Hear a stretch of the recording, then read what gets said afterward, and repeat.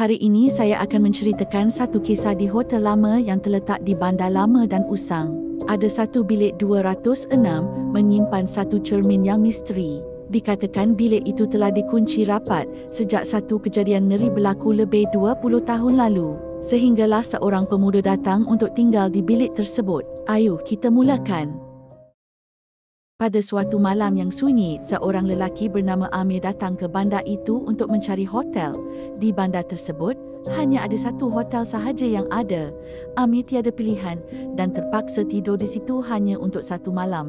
Amir adalah seorang pegawai kerajaan dan telah menempah satu-satunya hotel di situ kerana ada tugasan di kawasan berhampiran.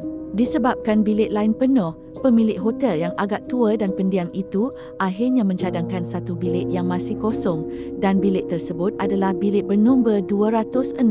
Pada mulanya, pemilik hotel tersebut tidak mahu Amir bermalam di situ, tetapi Amir sanggup bayar 2 kali ganda oleh kerana itu adalah bilik terakhir yang masih kosong. Setelah berbincang panjang, pemilik hotel tersebut bersetuju untuk menyerahkan kunci bilik 206 tersebut. Pemilik hotel itu sempat berpesan kepada Amir, "Tolong jangan buka cermin dalam almari kat tepi tu ya, hanya untuk malam ini saja."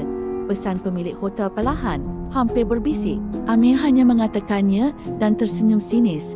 Bagi dia, itu cuma kisah-kisah rekaan untuk menakut-nakutkan pelancong. Amir menginap di hotel itu hanya untuk tidur dan Amir berfikir tidak mungkin akan membuka cermin yang berada di dalam almari itu. Amir terus masuk ke bilik dan terus membuka pintu. Apabila Amir masuk ke dalam bilik,